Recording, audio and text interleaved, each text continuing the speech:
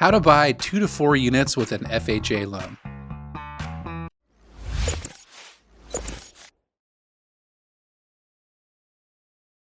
What's going on, everybody? It is Jeff Javarthan, Jeff the Mortgage Pro. Thanks so much for watching. As always, I really appreciate when you like and subscribe to my videos. If you can make sure you do that down below, it really helps me get my message, my word out to all the different people out there. So thanks so much for doing that. I appreciate all the help so far, and hopefully we can get this to over 1,000 subscribers someday and maybe over 10,000 at some point. Who knows? I don't know how big this is going to get. But hey, let's talk today about how to buy a 2 to 4 unit property with an FHA loan. So the first step that you're going to need to do is to determine whether or not you're eligible for an FHA loan. And the only reason why you probably wouldn't be eligible for an FHA loan is that you already have one right now. So for the most part, you can still use an FHA loan to buy a 2 to 4 unit property. So one of the caveats of this, remember, is that if you're going to get an FHA loan, it has to be owner occupied. That means anywhere from 2 to 4 units, you have to live in one of the units. So even though you can rent out the other units, you have to have one of the units as your primary residence. Now, that's not to say that you can't have roommates and help them pay for you, pay for your unit that you're going to be owning, but you still have to have one of the units considered as your primary residence when you're using an FHA loan. So remember that caveat.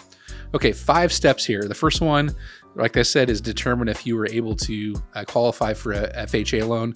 Number 2, figure out how much of a loan that you can qualify for. So one of the great things about doing an FHA loan for multifamily property is the down payment. So we can go as little as 3.5% down when you're buying an FHA property with 2 to 4 units on there. That's, I think, is one of the craziest things that's out there in terms of guidelines. And the reason being is that these loans are backed by the government. And that means if you default, then the lender is going to get paid back. So they're willing to take more risk and go with lower down payments to help us buy these multi-unit properties, right? So I think it's a great benefit for you. When we're figuring out how much loan we can qualify for, we're going to need at least 3.5% down. Remember, we're going to need a good chunk of change for closing costs because we're going to have to roll our taxes and insurance into part of our monthly payment as well. So you're going to have a good chunk of change, a little bit more than 3.5%. That's just for the down payment, but then probably another 1 to 3% for the actual closing costs themselves. That's just an estimate, by the way. That's not an exact number or an exact science to be able to tell how much of a closing cost you need. Okay.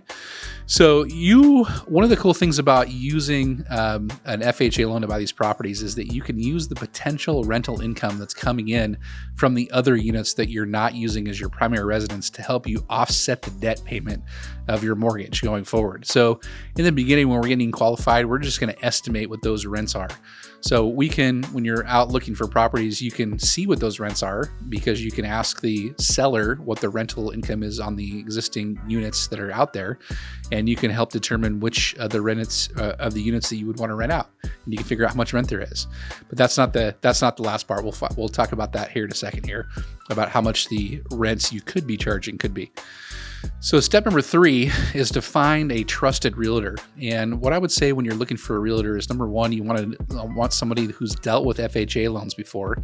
Oftentimes sellers don't like FHA loans just because of the stipulation that you can back out at any point during that transaction if you can't get a loan. They don't like that you can do that. But at the same time, FHA loans are very, very good loans, and they help a lot of people get into homes across this country. So find a realtor that deals with FHA loans. And number 2, find a realtor that also deals with multifamily investment properties, anywhere from 2 to 4 units.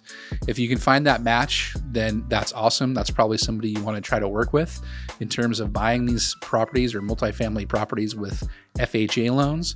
If you can't, reach out to me and I'm happy to help find or help search for you to find somebody that would fit what your needs are. I think the most important thing is that when you're looking for a realtor, you need to trust them. So find one that you trust. Step number 4 is going to be to make an offer on a property. So one of the things that I always want to make sure that you do when you're buying multi-family property is remember that this is a business or an investment that you're going to have going forward. This thing is going to produce income for you passively. And now, hopefully, it's going to be enough that is going to offset your monthly payment and maybe even some positive cash flow. But down the road, when you decide to move out of the property, and let's say that it's a 4-unit property, let's have that all 4 units should be generating income for you. And hopefully that'll be a really positive cash flow going forward. So just remember that when you're looking at things like, is this kitchen updated or not? what's the curb appeal like? Really run the numbers and figure out how much this property could rent for. That's the main thing going forward, because cash flow is going to be really important for you at some point down the road when you're buying these multifamily properties. So don't get caught up in the vanity type stuff of properties when you're looking at them. That's not to say that, you know, you can buy a property with a cracked foundation. That's not what I'm saying. I'm saying really trust the reports that you're going to get during the process. Like, is it livable? Is it going to be able to give us a good rental income? Those are the things that we want to make sure of. So when you make an offer on the property, we're going to definitely do an appraisal. And what the appraiser is going to do is also determine the value of the property, their estimated value of the property, but they're also going to determine what the market rent is for the property. So when you find out what the market rent of the property is, maybe the rents right now are low and you could actually raise the rents going forward to bring it up to what the market is. So that could be an improvement of cash flow for you. So another thing to consider when you are buying these properties and you're in the offer process or in the actual contract process itself.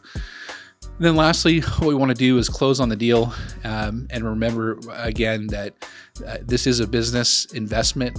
You're going to try to get a rate of return on your money that you're going to be putting for the down payment on there. You want money coming back towards you. You want that payment at least to be offset completely. That's the principal, interest, taxes, and insurance. And if not, you want at least that plus some cash flow is what I would say when you're buying a multifamily property, because this is what we really want. If you find a really, really good deal and you have lots of positive cash flow, then that's even better. So that's what I would ultimately want for you when you're buying a multifamily property with an FHA loan. Hey, I really appreciate you watching this. If you really like this content and you're going to buy an FHA multi-unit property, I'll put my Calendly link down below. Click on that. Let's have an appointment. Let's talk for 15 or 20 minutes about what you're looking to do. And as soon as you get to that point and we have an appointment, let's figure out how to make it work for you. Thanks so much for watching, and I look forward to chatting with you really soon. Have a good day, guys. Bye.